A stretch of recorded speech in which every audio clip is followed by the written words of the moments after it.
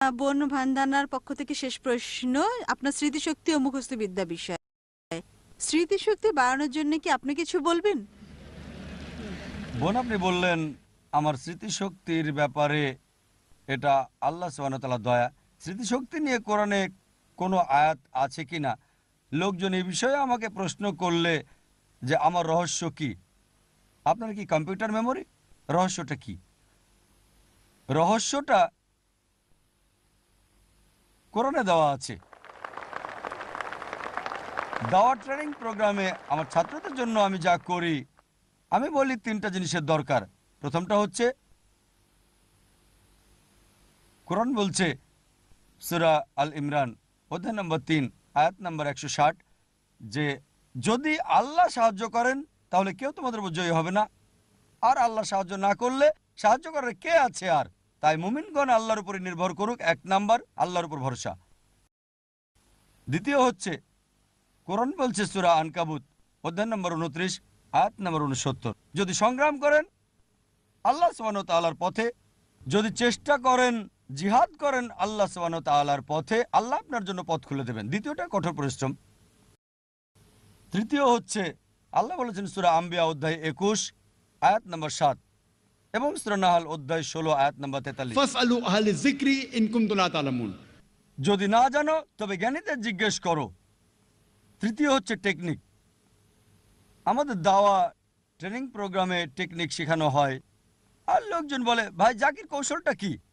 আমি বলি সেটা তৃতীয়, কম গুরুত্বপূর্ণ। প্রথম হচ্ছে আল্লাহর উপর ভরসা। যত কৌশলী থাকুক, আপনি দেখবেন আমাদের অনেক ছাত্র MBA করেছে আর কৌশলের বিভিন্ন বিষয় মুখস্থ করেছে। ত্রিকোণ কৌশল সম্পর্কে জানেন কি না জানি না, আর এই সমস্ত বিষয়গুলো প্রথম দিকে তারা ভালো ছাত্র, পরে একেবারে নিচে নেমে যায়। আল্লাহর সাহায্য হলো সবচেয়ে বড়। যে কোনো কৌশল বা চতুরতা বা যে কোনো কিছুর চেয়ে ভালো প্রথম হচ্ছে আল্লাহর সাহায্য। যদি আল্লাহর রাস্তায় চেষ্টা করেন, তার পথে সংগ্রাম করেন, তাহলে সফল হবেন। যদি সফল না হন, সঠিক পথে চেষ্টা করছেন না, আপনি আল্লাহ সুবহানাহু ওয়া তাআলার পথে। স্মৃতিশক্তির বিষয়টা কম গুরুত্বপূর্ণ। আমরা ট্রেনিং করাই, 40 দিনের ট্রেনিং কোর্স, মানুষদের ট্রেনিং দিই, আর মাশাআল্লাহ আমার ছাত্ররাও আলহামদুলিল্লাহ উদ্ধৃতি দিতে পারে, অধ্যায় নাম্বার, আয়াত নাম্বার, অধ্যায় আয়াত। দাওয়া ট্রেনিং করায় পৃথিবীর বিভিন্ন অংশ থেকে ছাত্ররা আসে, কিভাবে লেকচার দিতে হবে তা শেখায়, কিভাবে প্রশ্ন উত্তর পর্ব সামলাতে হবে সেটা শেখায়। ট্রেনিং দেই, কঠোর পরিশ্রম করতে হয়। এবার যদি কোরআনের আয়াত দেখেন, আমার আলোচনা শুরু করার আগে আমি সব সময় কোরআনের উদ্ধৃতি দিই। সূরা তাহা অধ্যায় নম্বর 20 আয়াত 25 থেকে 28 বলা হয়েছে, রব্বি ইশরাহ লি সাদরি। এই দোয়া করতেন যখন মহান প্রভু আল্লাহ সুবহানাহু ওয়া তাআলা মুসা আলাইহিস সালামকে বললেন যাও বার্তা পৌঁছে দাও। তিনি দাওয়াত দেওয়ার আগে এই দোয়া বলতেন। মুসা আলাইহিস সালাম তোতলা ছিলেন, তিনি তোতলাতেন। আর যারা আমাকে ব্যক্তিগতভাবে চেনেন, আমিও তোতলা ছিলাম যখন ছোট ছিলাম, আর স্বপ্ন দেখতাম। মানুষ যে কোনো স্বপ্ন দেখতে পারে। আমি স্বপ্ন দেখতাম পৃথিবীর সেরা ডাক্তার হওয়ার, কিন্তু কখনোই ভাবিনি যে 25 জন লোকের সামনে আমি কথা বলবো, কারণ আমি তোতলা ছিলাম। লোকজন আমার নাম জিজ্ঞেস করলে আমি বলতাম যা যা যা জাকির, এমনই ছিলাম। আল্লাহ সুবহানাহু ওয়া তাআলার পথে এসে হয়তো 10-15 বছর আগে যখন দাওয়ায় যুক্ত হলাম, যখন দাওয়া দেওয়া শুরু করলাম, তোতলামি চলে গেল। যখন খ্রিস্টান মিশনারিদের সাথে কথা বলি, দেখি আমার তোতলামি একদম নাই। আমি স্টেজে উঠেছিলাম কারণ আমার সহকর্মী তখন পারছিল না, আমি শুরু করলাম। আর এখন স্টেজে আল্লাহর রহমতে শত শত হাজার হাজার লক্ষ লক্ষ লোকের সামনে আমি স্টেজে উঠে কথা বলি, আলহামদুলিল্লাহ। এবার কোরআনের আয়াতে আসি।